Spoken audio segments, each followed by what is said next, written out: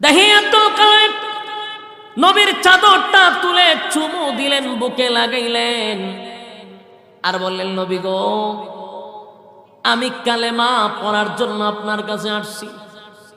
নবী তারে কালেমা পড়ায়া দিলেন। কালেমাটা পড়ানোর সাথে সাথে দাহিয়াতুল কালবি চোখ দিয়া পানি ছেড়ে কান্না শুরু করছে, হাউ মাউ করে কান্না শুরু করে দিল।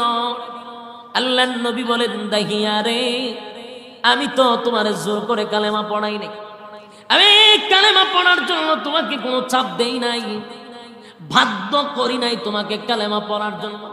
কালেমা পড়ার কারণে তোমার ধর্মের জন্য কি মায়া লাগছে? চোখ দিয়া পানি চাটতেছ, শুধু তাই নয়, হাউ মাউ করে কান্না শুরু করছে। দাহিয়াতুল কালবি বলেন, এই জন্য কান্দি না, কারণ আমি তো ইচ্ছা আপনার কাছে আসছি কালেমা পড়ার জন্য। আপনি আমাকে বাধ্য করেন নাই, আপনি আমাকে চাপ সৃষ্টি করেন নাই, কিন্তু আমি স্বইচ্ছায় কালেমা পড়ছি, এই জন্য তো আমি কান্দি না। কেন কান্দ? নবী গো, আমি যে কালেমা পড়ছি, আমার আল্লাহ কি আমার অতীতের পাপ মাফ করে দিব? নবী কয়, হ্যাঁ, সব মাফ করে দিব। দাহিয়াতুল কালবি বলেন, আমার মতো গুনাহগারও মাফ করব? নবী কয়, হয়, মাফ করব। দাহিয়াতুল কালবি আবার বলেন, আমারে মাফ করব? বলে, হ্যাঁ, মাফ করব। কইতে কেমনে? নবীজি, কেমনে গো?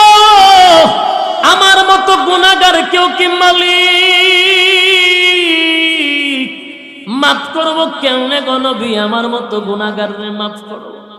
আবার কান্না শুরু করছে, গইরাইয়া গইরাইয়া কান্দে, আবার বলে, মালিক আমাকে কি মাফ করবে? নবী বলেন, হ্যাঁ, মাফ করবে। শেষে আল্লাহর নবী বলে, দাঁড়াও, কি এমন গুনাহ করছো? বলতে গিয়া তুমি বেহুশ হয়ে যাও, কান্নায় তুমি তোমার মুখ বাঁচায়া দিচ্ছ। আমি নবী কি তোমার বিষয়টা একটু জানতে পারি? দাহিয়াতুল কালবি বলেন, নবী গো, জাহিলিয়তের কারণে, বর্বরের কারণে এমন কিছু গুনাহ করছি গো নবী, যা আমার কলিজার ভিতরে আজও লাড়া দেয়, আমি বরদাস্ত করতে পারি না। আল্লাহর নবী বলেন, দাহিয়া রে, বল এমন কি গুনাহ করলি? দাহিয়াতুল কালবি বলেন, নবী গো, বর্বরের যুগ ছিল, জাহিলিয়তের যুগ ছিল, আমি বরদাস্ত করতে পারি না, এই জন্য আপনার কাছে আসছি, কালেমা পড়ছি। আমি এমন একটা গুনাহ করছি গো নবী, কেমনে বলি? জাহিলিয়তের যুগে সিস্টেম ছিল,